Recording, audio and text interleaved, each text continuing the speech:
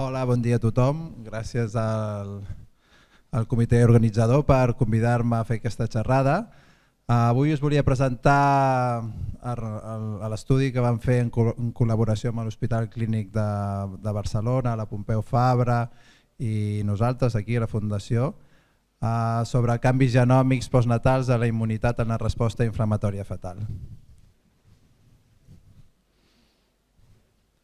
Primer de tot faré una breu introducció de què és la resposta inflamatòria fetal. La resposta inflamatòria fetal és un diagnòstic patològic de la placenta que utilitzen els patòlegs per descriure la migració dels neutròfils fetals de la circulació a la cavitat amniòtica en una infecció intraamniòtica. En una infecció intraamniòtica els neutròfils fetals veuen que hi ha microbis al líquid amniòtic i llavors es mobilitzen a través dels vasos fetals i van a la cavitat amniòtica. Per tant, la resposta inflamatòria fetal, el FIR, és com una inflamació, no deixa de ser una inflamació del cordó umbilical. Aquí us mostro una secció d'un vas de cordó umbilical on els puntets lila són els neutròfils i en la imatge del costat són les trajectòries dels diferents neutròfils fetals que es dirigeixen cap a la cavitat amniòtica. En la foto de dalt us mostro un tall de cordó umbilical que, si veieu la fletxa, indica com hi ha una substància blanca, que això és calci. Llavors això és un estadi més avançat de FIR, que es diu que és quan ja hi ha necrosis del cordó umbilical i es deposita calç. Llavors dir que FIR és més freqüent en prematurs perquè és més freqüent la infecció intraamniòtica i en particular en els prematurs extrems. Els prematurs extrems són aquells que neixen en menys de 28 setmanes de gestació.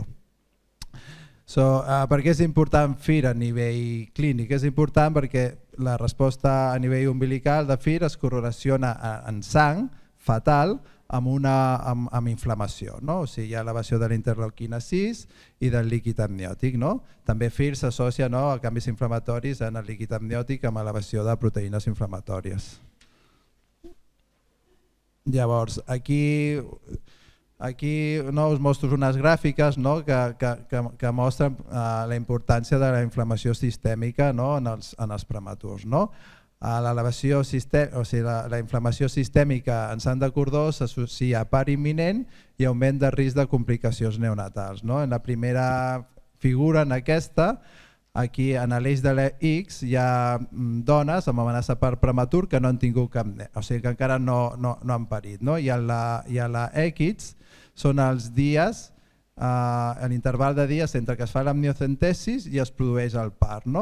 Llavors veieu, en la línia vermella són els casos que tenen FIR, per això el fetus està en vermell, i la línia negra són els casos on el fetus no és vermell, és els que no tenen FIR. I podeu veure que tots els neonats prematurs que abans de néixer tenien inflamació sistèmica, tots van néixer al cap de 5 dies. I els que no tenien, molts van néixer més que a terme alguns. A la gràfica de la dreta també igual, vermell són els neonats, els fetus prematurs que tenien elevació de la interleuquina 6 i en blau els que no. Llavors en l'eix de la I són el tant per cent de malalties neonatals severes i en l'eix de les X són l'edat gestacional al néixer. Podeu veure que per qualsevol edat gestacional els neonats prematurs que tenien FIR tenien major nombre de complicacions neonatals. Això mostra la importància que té la inflamació sistèmica fetal abans de néixer. Malgrat això, la patogènia de FIR és poc coneguda. Se sap que FIR al naixement pot generar una afectació multisistèmica amb afectació de múltiples òrgans, el cervell, els budells, els pulmons, i també FIR pot desencadenar una inflamació sistèmica persistent en els prematurs que alhora incrementa el risc de complicacions, sobretot de dany cerebral. Espera, m'he tirat cap endavant. Llavors, l'objectiu de la nostra recerca és aprofundir en el coneixement de la fisiopatologia de FIR, perquè malgrat que hi ha aquesta evidència en la literatura, a nivell del dia a dia, a nivell clínic no s'utilitza, no? Perquè no hi ha uns marcadors fiables i no hi ha un tractament específic. No? Llavors, avenços en el coneixement de la fisiopatologia de FIR pot permetre identificar biomarcadors diagnòstics i dianes terapèutiques per millorar el pronòstic dels grans prematurs. Llavors, l'objectiu de la nostra recerca és aprofundir sobretot en el coneixement de la fisiopatologia de FIR després del naixement de prematurs. Ens interessa el tema de la inflamació persistent, que no se sap molt bé per què es produeix després de patir FIR una inflamació persistent. Això és important perquè la inflamació persistent en gran prematur s'associa a dany cerebral. Llavors, en aquest estudi el que vam fer és analitzar el transcriptoma, o sigui, vol dir totes les molècules de RNA que produeix la cèl·lula i la proteòmica del rendiment, o sigui, també vam analitzar totes les proteïnes que vam poder de la sang, o sigui, vam agafar la sang dels grans prematurs, una sang després del néixer, i vam analitzar tot l'RNA que s'havia transcrit en aquella sang i totes les proteïnes que estaven presents. Per fer el diagnòstic, aquí és un error, vam agafar la sang de taló seca que es va utilitzar en el diagnòstic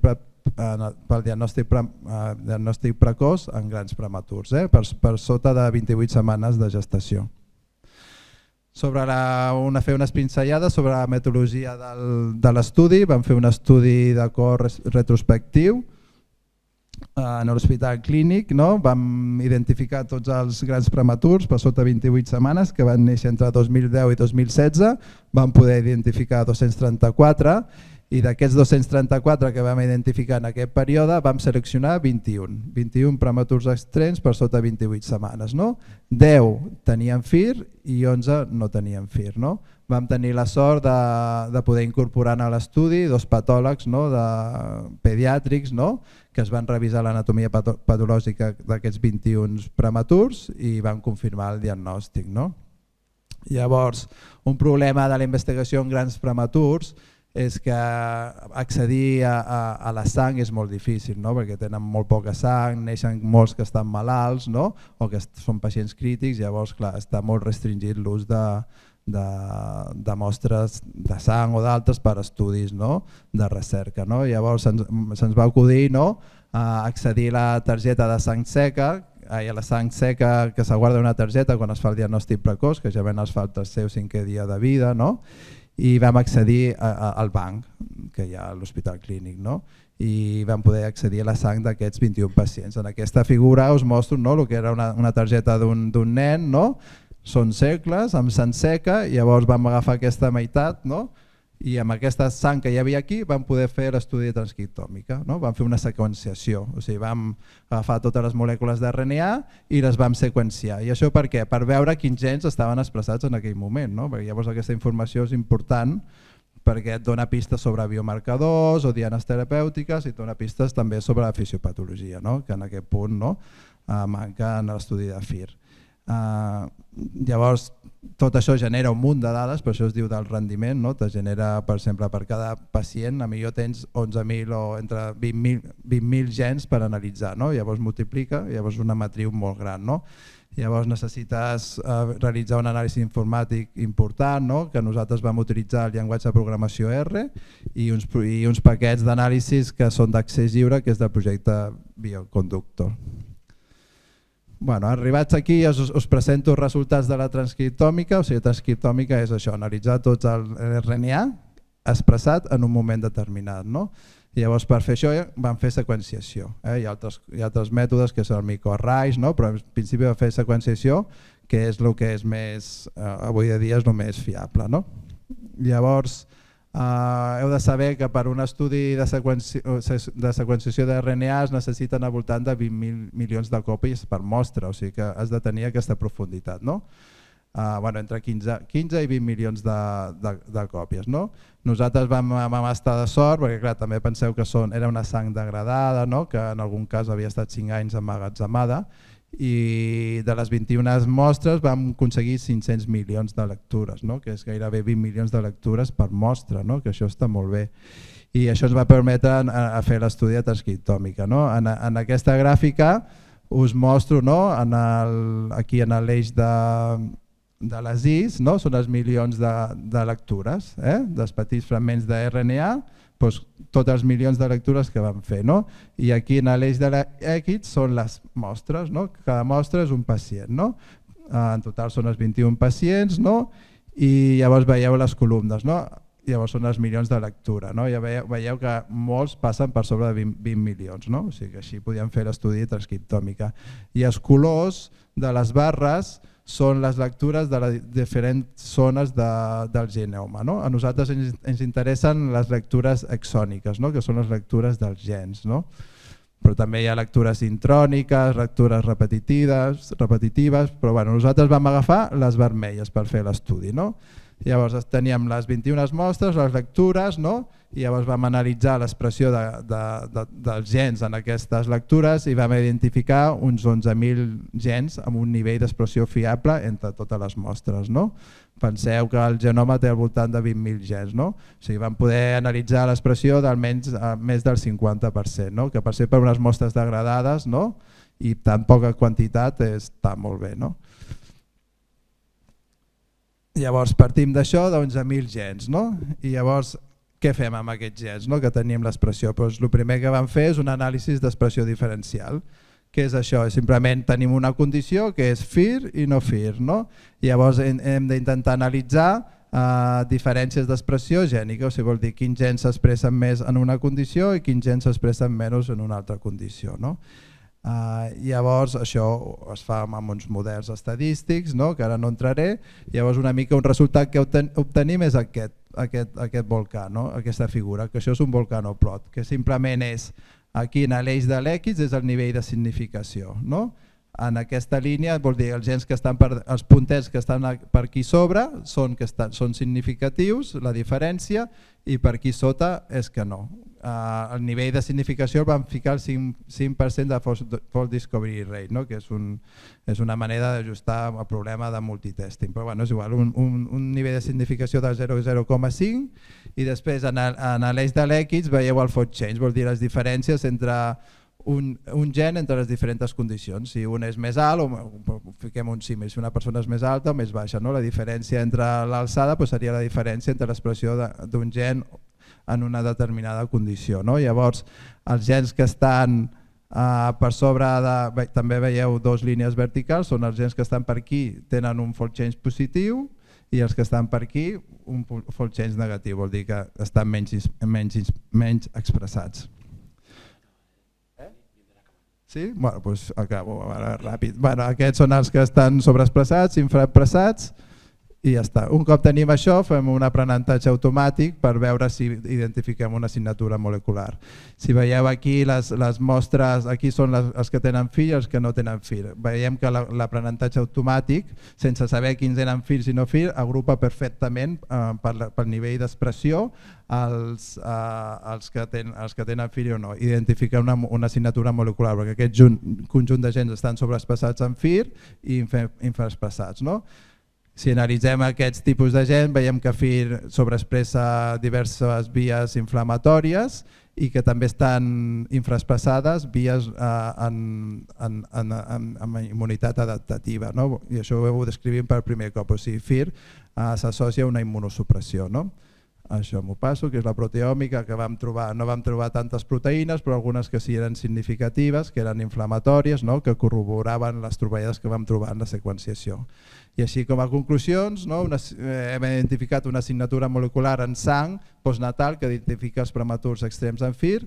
Aquesta assignatura postnatal suggereix una activació de la immunitat innata i una supressió de la immunitat adaptativa, i esperem que aquesta assignatura ajudi a identificar biomarcadors i dianes terapèutiques en FIR en grans prematurs extrems. I ja està.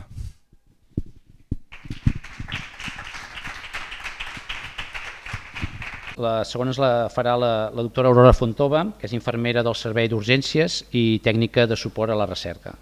Y nos presentará el trabajo de factores asociados a la satisfacción de los profesionales de un servicio de urgencias hospitalario, revista Rol de Infermeria. Bé, us presento un estudi que vaig realitzar en el context de la tesi doctoral i que es va publicar el 2020 a la revista Rol d'Infermeria. A mode d'introducció volia parlar de 4 conceptes. En primer lloc del que seria la satisfacció laboral, que és aquell sentiment que té una persona, un sentiment positiu en relació a la seva feina. Està estudiat que una major satisfacció laboral hi ha un major rendiment, productivitat i qualitat en l'assistència. A més, també s'associa a major satisfacció en els usuaris. Dintre de la satisfacció tenim factors intrínsecs, que són factors del propi treballador i generen satisfacció, i en canvi factors extrínsecs que el que fan és determinar la satisfacció i són aquells imposats per l'empresa. En quant a l'estrès laboral, és la percepció de que una persona no té la capacitat suficient per fer front a la quantitat de treball que té. I això pot conduir a malalties físiques i psicològiques provocant absentisme, rotació de professionals, falta de productivitat i a la llarga una major despesa. Se sap que el servei d'urgències és un gran generador d'estrès i que els metges i les infermeres d'urgències estan més exposats a patir síndrome de burnout. Que, com sabeu, el síndrome de burnout és un síndrome psicològic en resposta a estressors interpersonals crònics a la feina i apareix quan la persona quan li fracassen els mecanismes compensatoris d'adaptació a aquestes situacions laborals d'estrès sostingut. Això pot provocar conseqüències físiques i mentals com tensió, ansietat, disminució de l'eficàcia i eficiència i, a més, absentisme i deteriorament de la qualitat assistencial.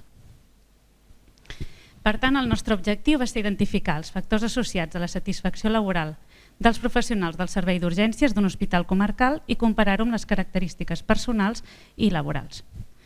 Es va realitzar un estudi descriptiu transversal durant els mesos d'octubre a desembre del 2012 i es van incloure tots els professionals que treballaven al servei d'urgències en aquell moment.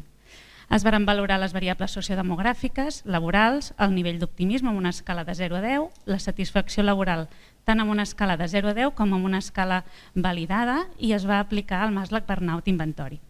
Evidentment va passar a la comissió de recerca, tots els compromisos ètics. En quant als resultats, van respondre 81 professionals, que suposaven el 71% dels que estaven treballant, amb una edat mitjana de 35,9 anys. Els professionals que van contestar, el 44,5% van ser infermeres, amb un 28,4% metges, un 12,3% administratius, un 8,6% tècnics en cures auxiliars d'infermeria i un 6,2% portalliteres. Se'ls va preguntar sobre el nivell d'optimisme amb una escala de 0 a 10, la mediana de puntuació va ser de 7,5 i el nivell de satisfacció laboral en una escala de 0 a 10 que varen contestar amb una mediana de 7. Es van comparar les característiques sociodemogràfiques i laborals dels professionals en funció de la seva categoria i van ser força similars en tots els casos, excepte el sexe, en quan es va veure que als portalliteres en aquell moment no hi havia cap dona, i en l'edat, en comptes es va veure també que els portalliteres eren els més joves. La resta de característiques sociodemogràfiques i laborals van ser similars entre les diferents categories professionals, com l'estat civil, el nombre de fills, el torn de treball, el tipus de contracte o l'antiguitat en el servei d'urgències. Es van passar les dues escales, l'escala general de satisfacció, que tenia 3 puntuacions diferents, una global, que era l'escala general, i van tenir una puntuació mitjana de 65,8, en un barem que anava entre 15 i 105, i en quant a la satisfacció intrínseca, un 31,4 de mitjana, els barems van de 7 a 49 i en l'extrínseca 34,6, que els barems van de 8 a 56. Respecte al Maslach Burnout Inventory, que si molts el coneixeu sabeu que consta de 3 dimensions que s'han d'analitzar per separat, 2 que serien com negatives i una positiva, i les puntuacions varen ser les que surten a la taula. Al relacionar les variables sociodemogràfiques i laborals amb el Maslach Burnout Inventory, es va observar que a major edat hi havia un major esgotament emocional. També que el contracte laboral fixe també hi havia un major esgotament emocional i respecte a l'optimisme es va observar que a menor optimisme hi havia un major esgotament emocional i a major optimisme una major realització personal. També vam fer relacions entre l'escala general de satisfacció i el Maslach Burnout Inventory, observant que l'esgotament emocional tenia una relació inversa amb la satisfacció general i l'extrínseca, que la realització personal tenia una relació positiva amb els 3 punts de l'escala de satisfacció i que la despersonalització tenia una relació inversa amb la satisfacció intrínseca. Finalment es va fer un model de regressió lineal per estudiar els factors associats a la satisfacció laboral i es va observar que hi havia una relació negativa amb l'esgotament emocional i una relació positiva amb la realització personal. En quant a la discussió, es van comparar els resultats del nostre estudi amb diferents estudis, i en quant a les variables sociodemogràfiques eren molt similars amb les que ja havíem vist en altres estudis. Sí que es va observar que la satisfacció laboral va ser baixa en relació a altres estudis que s'havien fet i que tots els altres nivells d'esgotament emocional i realització personal eren similars a la literatura. Finalment, com a conclusions, es va veure que els factors associats a una major percepció de satisfacció laboral van ser un menor esgotament emocional i una major realització personal. Que l'edat es va associar a un major esgotament emocional, així com el contracte laboral fixe, i que l'optimisme es va associar de forma positiva a la realització personal i de forma negativa a l'esgotament emocional.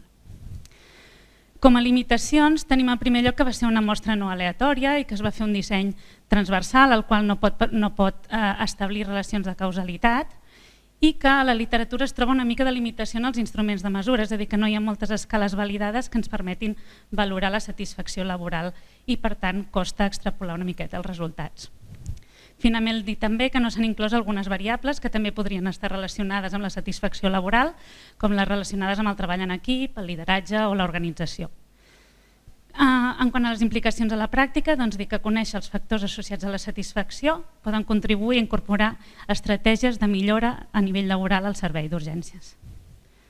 Moltes gràcies.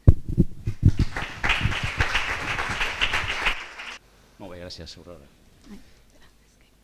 Bé, la tercera publicació, passem a la tercera. La tercera també ens la farà l'Aurora, té veia amb el burnout, i és l'evolució de la satisfacció laboral i els nivells de burnout dels professionals d'un servei d'urgències durant un període de recessió econòmica. Bé, a continuació d'aquest treball, al cap de 5 anys, vaig tornar a treure una mica les dades d'un racó i vaig dir, home, doncs podria comparar-ho amb el que tenim actualment, ja que entremig ens havia passat una recessió econòmica, i vam passar una època d'ajustos econòmics i vaig pensar, a veure, aviam, si hi ha hagut algun canvi. Aquest article ens el van publicar en una revista internacional i a mode d'introducció, a part de tot el que he dit abans, com sabeu, va haver-hi una crisi econòmica molt important entre el 2007 i el 2013 que va provocar greus retallades en salut i que l'OMS va dir que aquestes retallades es van fer disminuint la despesa en personal sanitari. A Espanya, específicament, el que va fer en general va ser reduir el nombre de professionals i els salaris d'aquests professionals. Bé, una miqueta tot l'altre ja ho havíem parlat una mica, que la satisfacció laboral és un factor de permanència al lloc de treball, tant en metges com en infermeres, i que hi ha una sèrie de factors que afecten a la satisfacció. I llavors, finalment, dir que s'ha descrit que la satisfacció laboral i el burnout estan relacionats i que l'estrès laboral té una forta correlació negativa amb la satisfacció laboral. Bé, es va plantejar com a objectiu analitzar els nivells de satisfacció i burnout a un servei d'urgències i comparar-ho amb els resultats previs a la recessió econòmica. Es va fer un estudi descriptiu analític en 2 períodes de temps, aquell primer que ja havíem fet d'octubre a desembre de 2017 i una segona enquesta entre novembre de 2017 i 2018, estudiant les mateixes variables que ja havíem estudiat en la primera mostra. En quant als resultats, es van analitzar un total de 146 respostes, de les quals el 55,5% eren del 2012 i el 44,5% del 2018. Es va preguntar a aquestes persones si havien respost a l'enquesta de l'any 2012 i el 51,7% havien respost a les 2 enquestes. En quant a la taxa de resposta, va ser similar en els 2 períodes, un 71% al 2012 i un 71,4% al 2018. Es varen comparar les característiques sociodemogràfiques i laborals dels professionals en els 2 períodes de temps. I el que es va observar en quant a diferències va ser que l'edat era més alta, amb una mitjana de 35,9 anys a la primera i de 40,1 a la segona, i el número de fills també havia augmentat. La resta de variables no havien canviat, com l'estat civil, la categoria professional, el torn de treball, el tipus de contracte o els anys d'experiència al servei d'urgències. Es van empassar les escales que ja hem tractat en el primer treball, l'escala de satisfacció laboral, i no es van observar diferències estadísticament significatives en la satisfacció laboral entre els dos períodes de temps. En canvi, al passar el Maslach Burnout Inventory sí que es va observar una disminució en els nivells de despersonalització de les persones que van respondre a l'enquesta. En quant a la puntuació de satisfacció laboral, la puntuació mediana, aquella escala de 0 a 10, no van haver-hi diferències entre els dos períodes, la mediana va ser de 7 en tots dos casos, però en quant a l'escala de satisfacció global, encara que no havíem vist diferències en la puntuació global, sí que contenia tota una sèrie d'ítems que sí que hi havia alguns ítems que havia variat. Es va veure que es va reduir el percentatge de professionals que consideraven que el seu salari era insatisfactori el 2018 respecte al 2012. També l'estabilitat laboral es va considerar més satisfactòria el 2018 que el 2012. En canvi, l'horari laboral es va considerar més insatisfactori el 2018 que el que tenien el 2012. Al comparar les variables sociodemogràfiques i laborals amb la satisfacció i el burnout en tots dos períodes de temps, es va veure que el 2012 les infermeres puntuaven més alt en la satisfacció intrínseca que els altres professionals i que el 2018 els metges van puntuar més alt en les tres categories de satisfacció, de forma estadísticament significativa. L'esgotament emocional es va relacionar de forma positiva amb l'edat el 2012 i amb els anys d'antiguitat el 2018 i la realització personal es va relacionar inversament als anys d'antiguitat el 2018. Finalment es va fer un model de regressió multivariat en el qual només es va observar que es va associar a la satisfacció la despersonalització l'any 2018. Bé, dic que les puntuacions globals de la satisfacció no van canviar, però sí que va haver-hi alguns ítems que eren factors extrínsecs, que són aquells que vam dir que no generen satisfacció, pel que es podria explicar perquè no hi ha hagut diferències significatives en la satisfacció global. Tots els altres resultats s'assemblen força al que ja havíem trobat a la bibliografia, i dic com una miqueta, després d'haver comparat els nostres resultats amb la bibliografia, dic que tot i que no vam mesurar directament els efectes de la crisi econòmica, sí que vam observar canvis en alguns aspectes de la satisfacció dels professionals. Hi ha autors que diuen que el 2012 es van produir canvis en certs aspectes dels laborals dels treballadors de la salut que poden coincidir amb les dades de la primera enquesta i que això podria explicar una miqueta els canvis que s'han vist. Com a conclusions, dir que es va observar una millora en la satisfacció entre 2012 i 2018, específicament en relació al salari i l'estabilitat laboral, però en canvi la satisfacció amb els horaris laborals va disminuir. En relació a les dimensions de burnout, es van trobar millors puntuacions en la subescala de despersonalització el 2018 respecte al 2012, però no es van trobar canvis significatius en les dimensions de realització personal ni d'esgotament emocional. I que el model multivariat només es va observar una associació entre la despersonalització i la satisfacció general el 2018. En quant a limitacions, dic que és un estudi fet en un sol hospital i amb un servei específic pel que podria costar extrapolar els resultats en altres centres i serveis i que tot i que la taxa de resposta va ser alta, només la meitat dels que van contestar la segona enquesta ho havien fet en la primera. Dic com a implicacions a la pràctica doncs que aquesta recerca ens permet veure com les mesures aplicades durant època d'una recessió econòmica afecten la satisfacció i el burnout dels professionals i que veure els efectes negatius ens pot evitar repetir l'aplicació d'aquestes mesures en un futur. I addicionalment, conèixer els ítems que generen més satisfacció pot ajudar a implementar estratègies per millorar la satisfacció i reduir el burnout. Ens podríem plantejar com a línies de futur veure com ha afectat també la crisi econòmica als nostres usuaris del servei d'urgències. Moltes gràcies i no volia acabar sense dir que aquestes dades són de 2018, que 2018 a 2021 ha passat una pandèmia i que això s'han dut molts professionals pel camí i que esperem que puguem treballar-hi. Moltes gràcies.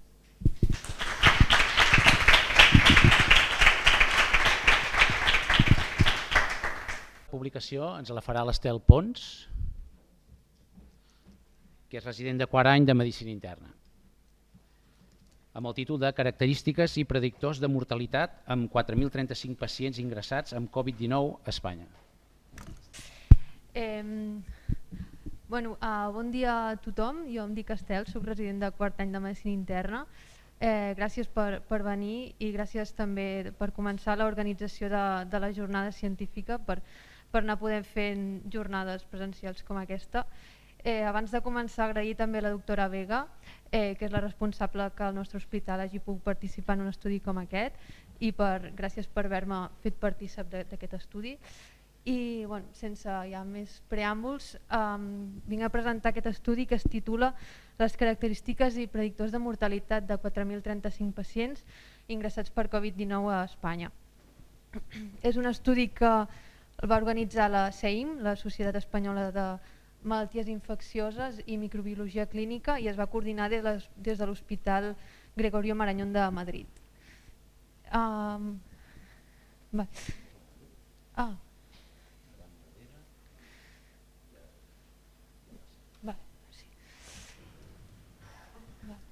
Llavors es va publicar l'any passat, 2020, a la revista Clinical Microbiology and Infection, i com a introducció, encara que tampoc faria molta falta perquè malauradament ja sabem, no sé quin botó era.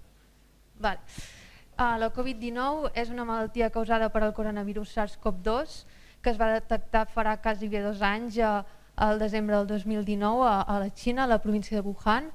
Des de llavors s'ha anat escampant i ha produït la pandèmia que encara ara estem lluitant.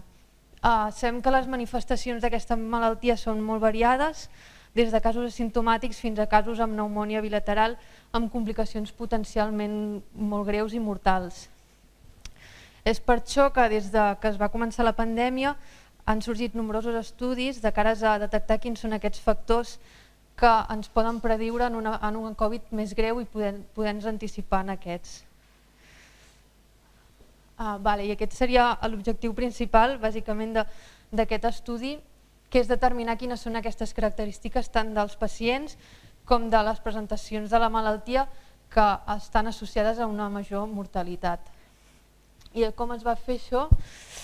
Doncs va ser durant el període de la primera onada de la pandèmia, ens situem al març i abril del 2020, i quan la SEIM va contactar amb diversos hospitals de cara a obtenir dades per realitzar aquest treball.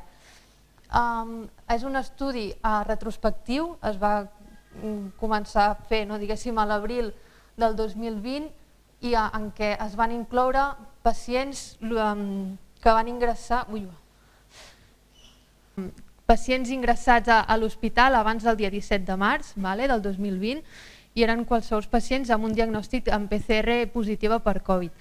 Aquests pacients es van seguir durant un període d'un mes, fins al 17 d'abril del 2020, i llavors al finalitzar es va determinar si aquests pacients seguien ingressats, si es van poder donar d'alta o si per contra van ser exitus. I l'objectiu primari que es va registrar va ser la mortalitat per qualsevol causa durant aquest període de temps.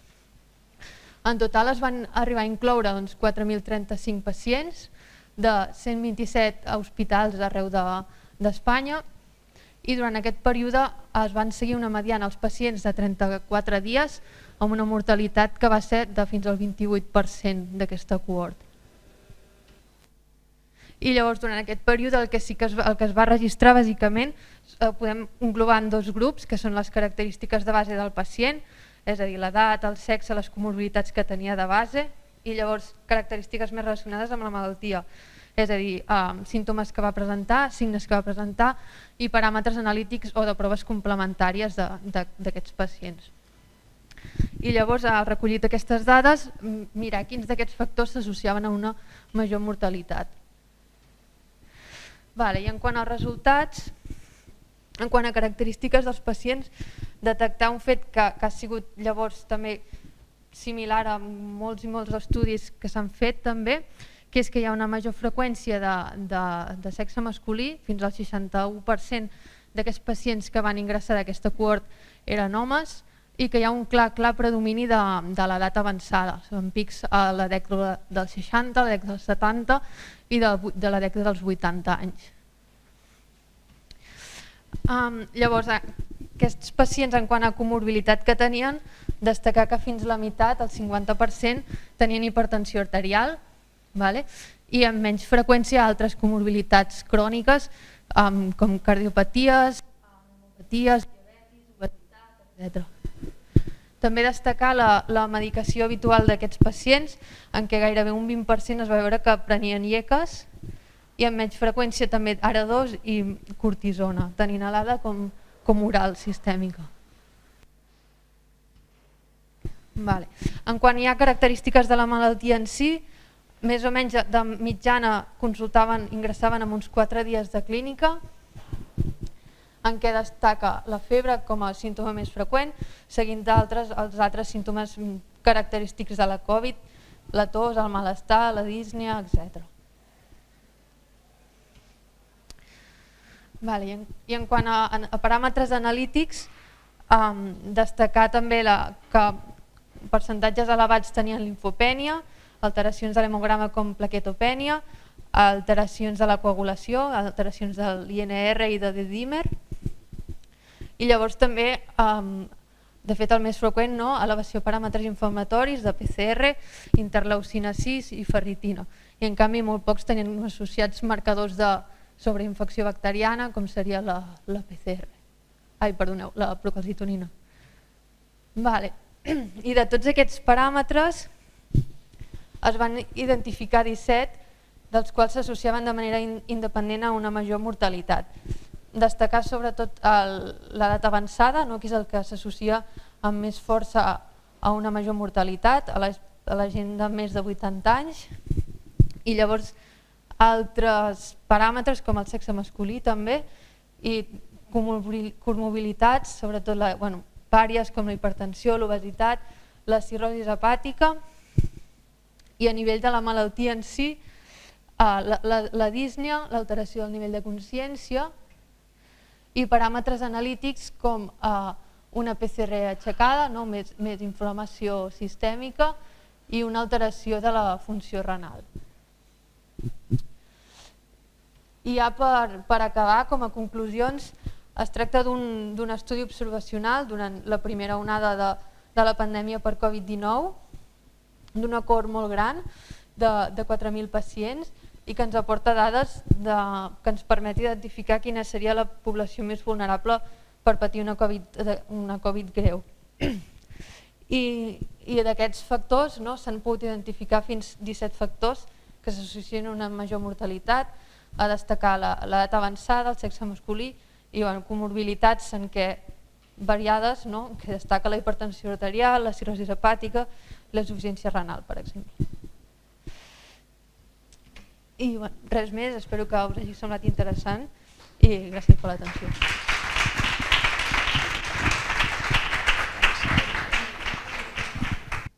Bé, la cinquena publicació ens la presenta la Sara Darnés, que és la cap clínic del Servei de Cardiologia, amb el següent títol: Diferències en el tractament ambulatori de la insuficiència cardíaca amb fracció d'ejecció reduïda, segons nivell de complexitat hospitalari, registre Lynch. Bon dia i moltes gràcies per ser aquí tots nosaltres i compartir aquestes jornades.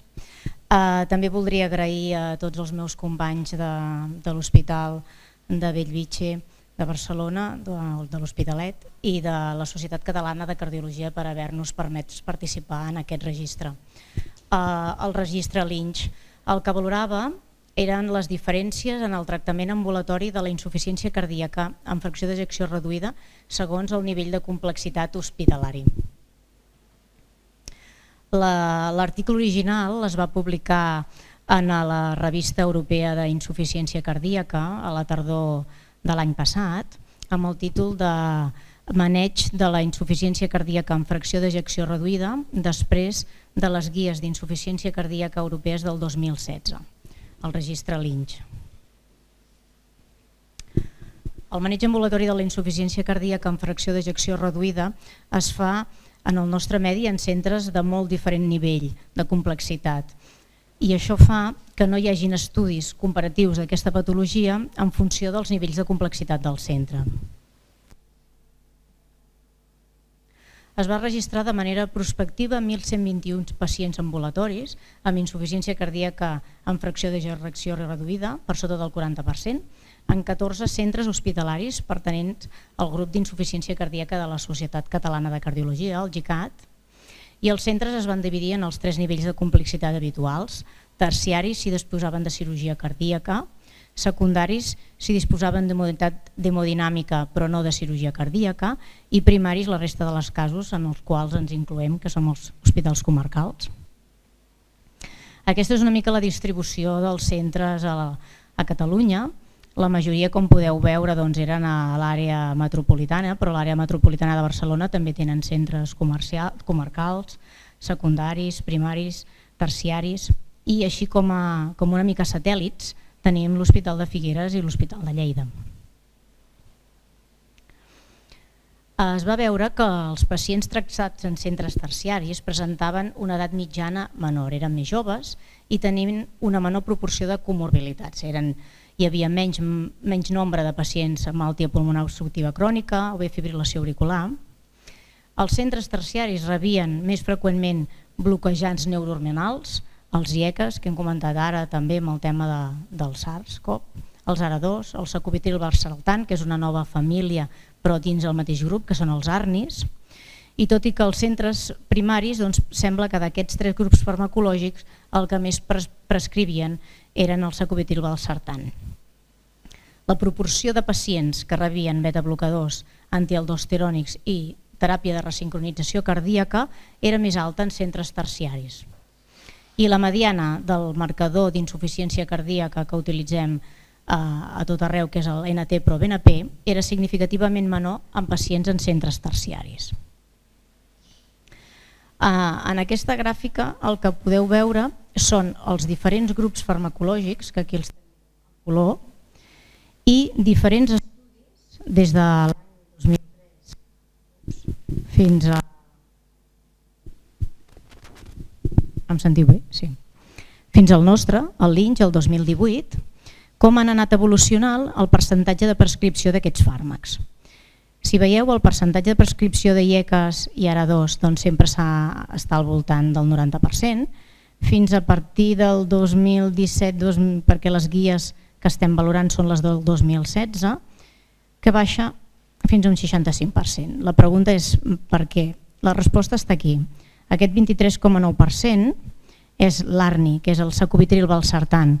És aquesta nova família que substitueix els IECAs als ARA2 amb molta més avantatge des del punt de vista de mortalitat i morbilitat del pacient, i si suméssim aquest percentatge, aquest 65%, probablement aquesta línia la tindríem al voltant del 90%. També tenim un manteniment, excepte aquí, que és el 2007 i ja fa molts anys, del percentatge de pacients que reben fàrmacs beta-blocadors, que és el que indiquen les guies. Una millora i, per tant, augment de la prescripció dels agonistes dels receptors mineralocorticoides. Inicialment se'ls tenia una mica de por, però a partir dels anys 2010 es va començar a prescriure perquè la gent va agafar confiança i es va començar a prescriure, i per tant estem al voltant del 72-75% de prescripció en general. I aquí tenim, això és la ivabradina, que és un fàrmac que ens substitueix o ens ajuda al tractament beta-blocador quan el beta-blocador està contraindicat en els casos d'hipotensió arterial o el pacient no ho tolera bé per hipotensió. I aquestes altres dues línies, la lila i la verda, són la teràpia de resincronització i els desfibriladors cardíacs, que com veieu a partir de l'any 2010-2014 hi va haver-hi un increment important de la seva prescripció, però després hi ha una petita disminució, i això és degut a que cada vegada la seva indicació està més limitada i més qüestionada, perquè realment la teràpia farmacològica màxima, incloent els ARNIs, han fet que la necessitat d'aquests dispositius sigui menor. Els pacients milloren de fracció d'ejecció només amb el tractament farmacològic òptim i amb totes les mesures higiènico-dietètiques que implementem a les unitats d'insuficiència cardíaca, i aleshores les indicacions de desfibriladors i de teràpies de resincronització han baixat discretament. Com a fortaleses i conclusions, tenim que és el primer registre que avalua el tractament en vida real dels pacients ambulatoris amb insuficiència cardíaca amb fracció d'ejecció reduïda a Europa, després de la publicació de les guies d'insuficiència cardíaca del 2016. Vull dir-vos que les següents guies d'insuficiència cardíaca han sortit aquest estiu, a l'agost del 2021, que és un gran registre multicèntric i permet maximitzar el poder estadístic per fer una generalització de les conclusions, que inclou hospital de tots els nivells assistencials, perquè habitualment sempre els centres terciaris participen molt més en aquests registres que no pas els centres primaris com el nostre, i malgrat que els centres secundaris i primaris habitualment, és el que hem dit, estan infrarrepresentats en aquests grans estudis, tracten un gran nombre de pacients amb insuficiència cardíaca a la pràctica habitual. La informació detallada de les dosis de fàrmacs, que no us les he posat en aquest cas, permet avaluar, perquè era molt extens, permet avaluar l'adherència a les guies i concloure que tot i que aquesta és bona, les dosis diana dels diferents fàrmacs en classe 1 per a la insuficiència cardíaca són baixes a la nostra població, però són similars a les taxes de prescripció observades en altres registres espanyols similars. I que la prescripció de sacubitril/valsartan, un 24% a l'any després d'haver-se comercialitzat i indicat aquest fàrmac i haver aparegut a les guies, s'havia aconseguit un 24%, simplement una nota. Per tant, tot i que el perfil de pacient és diferent entre els centres, els pacients amb insuficiència cardíaca amb fracció d'ejecció reduïda ambulatoris tractats en centres terciaris tenen una major adhesió a les guies de la Societat Europea de Cardiologia i presenten menors nivells de NT-proBNP. La prescripció de sacubitril/valsartan és major en centres primaris. I aquí acabem. Moltes gràcies.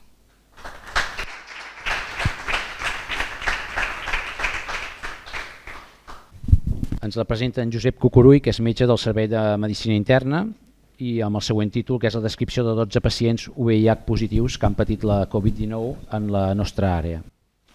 Bon dia a tothom, gràcies per estar aquí i aguantar fins al final, que encara queda una conferència per acabar, és a dir, no soc l'últim.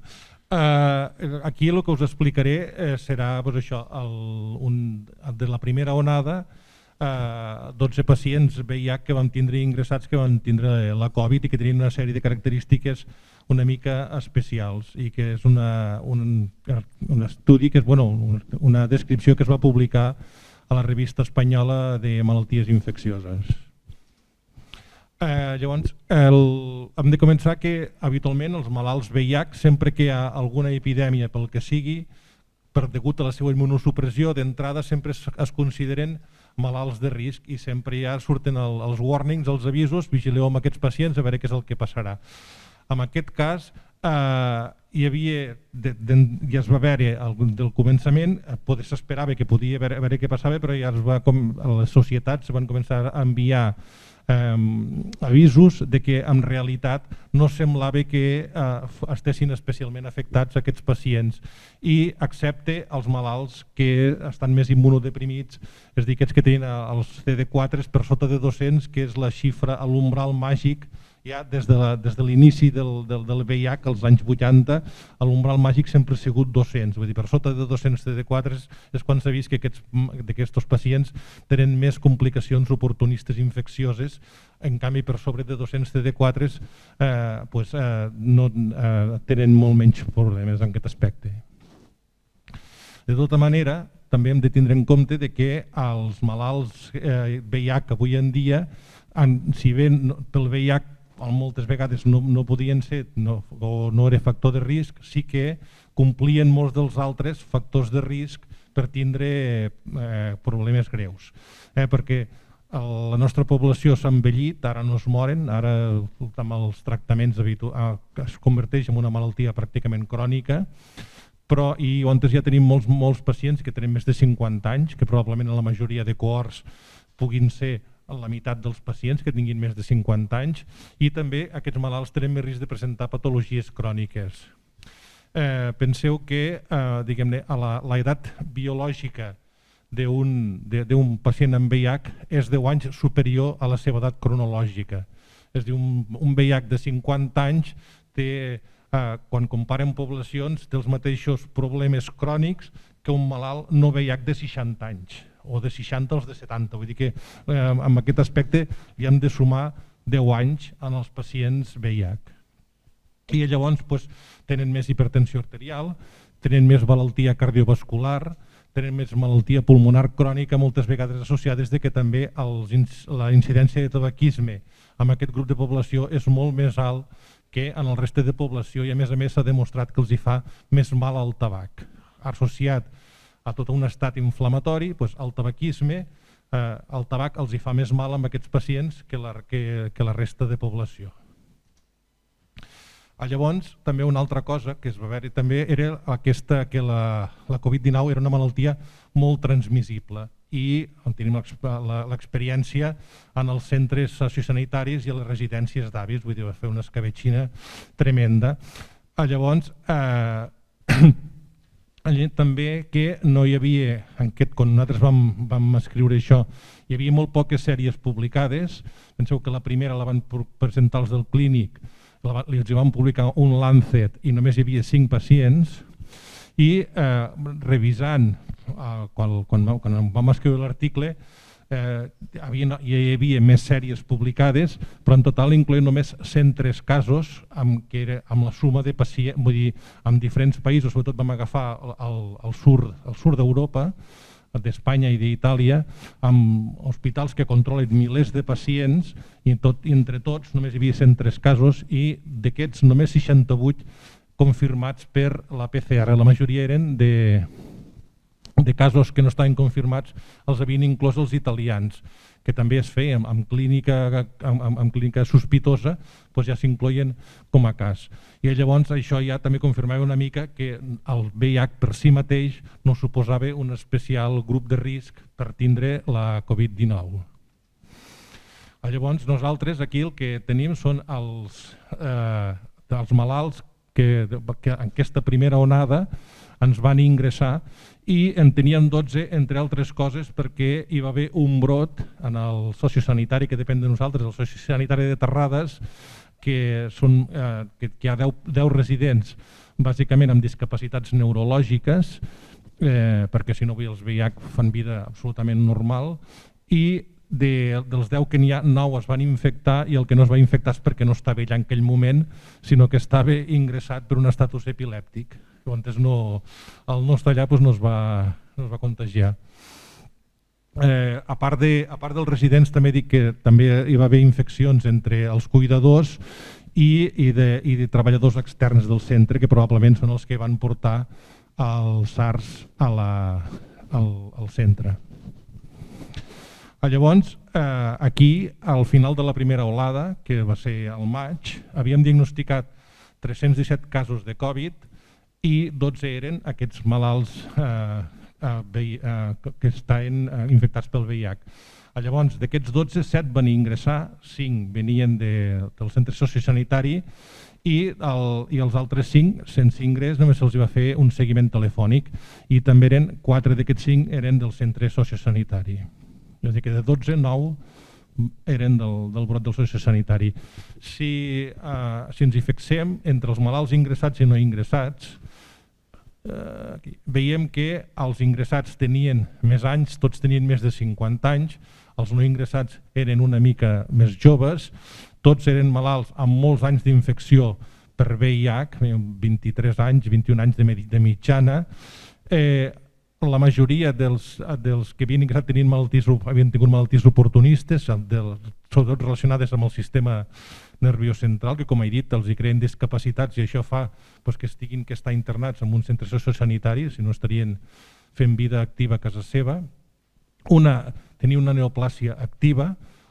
Si mirem les xifres de CD4 eren una mica més baixes en els malalts ingressats que en els que no van ingressar, però si veiem els límits és molt dispers i no hi havia moltes diferències i la majoria tenien més de 200 CD4s.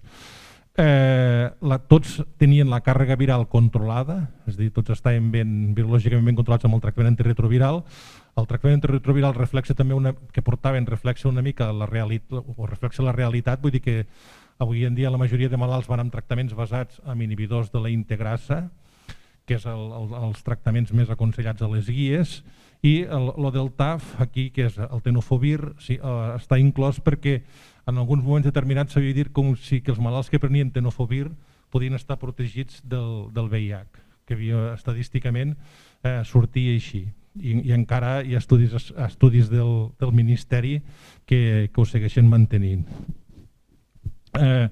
Els malalts que van ingressar tenien més comorbilitats que els que no van ingressar, hi havia hipertensió, diabetis, malaltia pulmonar, i en canvi de fumadors, tots els que no van ingressar eren fumadors i en canvi dels ingressats només 2 eren no fumadors, però hi havia 3 exfumadors.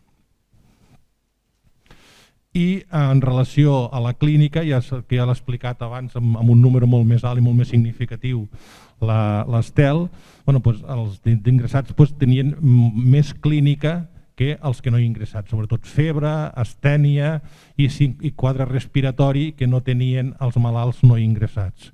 N'hi havia un que el motiu d'ingrés principal va ser una cefalea molt intensa, que veurem les característiques d'aquesta pacient. 6 d'aquests ingressats tenien pneumonia, 4 eren multilobars, i els tractaments, veiem que estan ja, algo que ja no fem ara, tots van portar hidroxicloroquina i acitromicina, que era el tractament, diguem-ne que en aquell moment era el que es posava, després s'ha vist la futilitat d'aquests tractaments, sinó la seva inconveniència i el seu perill. Vull dir, arrel d'això, els que no érem cardiòlegs ens vam començar a posar de moda el QT corregit, que no sabíem quasi què és el que eren i ens en recordàvem, vam tindre que vindre els cardiòlegs a explicar-nos el QT corregit. I després, analíticament, també veiem aquí els no ingressats només hi ha 2 barres perquè només 2 malalts, com eren d'urgències, només a 2 se'ls va fer analítica, vull dir, va haver 3 malalts que no se'ls va fer ni analítica. I llavors també es veuen que els marcadors inflamatoris, en aquest cas el dímer-D, la LDH, la ferritina, la PCR, estaven més altes en els pacients ingressats que en els que no van ingressar. Hi va haver 3 èxitos, aquí n'hi ha un asterisc perquè va haver un malalt que va morir però no està relacionat amb la Covid, i de tots els controls que van fer al posteriori, tots havien negativitzat la PCR, que en aquell moment era el que fèiem, mirar si el malalt el donàvem per solucionat quan tenien PCR negativa, cosa que avui en dia ja no es té en compte i s'ha vist que també era una altra futilitat de les moltes que van fer en la primera onada. Els malalts, aquí us he fet un resum dels 3 malalts que van morir. La primera era una senyora de 80 anys, però que tenia moltíssimes comorbilitats, és a dir, tenia tota la llista de l'Estel, era hipertensa, diabètica, insuficiència renal crònica i hepatopatia, una insuficiència renal crònica evolucionada, era un grau 4-5, i que durant l'ingrés el que va fer, pensem que és una sobreinfecció bacteriana perquè va pujar la procalcitonina, van pujar molt els leucòcits, també en aquest moment va pujar el dímer-D, i donada l'edat, les comorbilitats i la situació, també es va decidir una limitació de l'esforç terapèutic i no es va intubar ni es va prendre cap mesura agressiva, i la senyora va morir confortable al 4è dia després d'ingressar. L'altre era un pacient de 56 anys, també tenia hipertensió com a factor de risc, tenia l'antecedent de, això és una leucoencefalopatia multifocal progressiva, que és una infecció del virus JC en malalts molt immunodeprimits, que l'havia tingut anys A i que era el motiu del seu deterior funcional, i a més tenia un deterior cognitiu també associat al VIH. A més, hi havia una certa limitació respiratòria perquè d'una punyalada quan era jove li van fer una esplenectomia i li va quedar una paràlisi frènica unilateral, que tenia el diafragma esquerre aixecat, i llavors el malalt va presentar en la seva evolució un augment de la dísnea i un empitjorament radiològic, que van augmentar els paràmetres inflamatoris, en què li van posar corticoides, que en aquells moments encara no se sabia, un dia la dosis era 40, l'altre dia era 200, un altre dia s'havia de baixar, un altre dia s'havia de pujar, vull dir que cada dia canviaven la dosis de cortisona. havia baixat el DIMER-D, vull dir, hi havia una evolució així una mica estranya, i el malalt es va morir en una parada cardiorrespiratòria, vull dir, se'l van trobar mort al llit a l'habitació. I la tercera defunció, que és la malalta que havia ingressat per la cefalea, que bàsicament el motiu d'ingrés, que era el mal de cap i una molta astènia i molt malestar, era degut a una neoplàsia de mama recidivada amb múltiples metàstasis que es van anar descobrint durant l'ingrés, cerebrals, i després també tenia el fetge i les suprarrenals. Llavors aquesta malalta es va morir d'aquesta recidiva de la neoplàsia de mama d'una manera ràpida. Sí, ja estem. Llavors diguem que respecte al tractament vam posar-los tot el que en aquell moment s'havia de posar, l'hidroxicloroquina, la citromicina, corticoides. No vam posar cap tocilizumab perquè no havia cap malalt que en aquell moment, dels nostres, que complís els requisits per posar-li, dels que ens teníem de farmàcia. Tampoc es va posar l'opinavir ritonavir, que és un antiretroviral i que s'havia utilitzat per tractar el MERS, recordeu el síndrome aquest respiratori de l'Orient Mitjà, també per un coronavirus, i que semblava que aquest fàrmac els hi anava bé i que s'havia descrit com per tractar el SARS-2, però no ho van fer per no modificar el tractament antiretroviral. Vull dir, vam pensar que no li veiem clar i no en vam posar cap.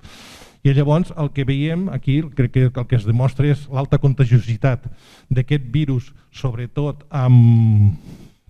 Aquí m'ha canviat el nom, sobretot amb llocs tancats, amb comunitats tancades, també bàsicament perquè és un virus que es transmet quan tu estàs asimptomàtic, vull dir que ha sigut un dels grans problemes que ha creat, que les persones asimptomàtiques infectades transmeten el virus, cosa que no passava amb el seu germà gran, el SARS-1, aquest només es transmetia quan estaven malalts, per això totes les mesures que es van començar a posar per intentar això, de a veure qui està malalt, per frenar-ho, lo de la febre, totes aquestes històries amb el SARS-2 no han funcionat, van funcionar amb el SARS-1, es va parar l'epidèmia, però perquè és un virus que tu el transmetés quan ja estàs malalt, no quan estàs asimptomàtic. I també, en aquest cas, també per les especials característiques d'aquests pacients amb les seves dificultats neurològiques que fa que l'aïllament fos una cosa molt difícil. Evidentment, la sèrie és curta, són només 12 pacients, no podem fer comparacions fiables entre ingressats i no ingressats, i també probablement sigui una sèrie que no és aplicable per les especials característiques d'uns malalts que estaven tancats o que estaven ingressats en un centre sociosanitari. I ja està.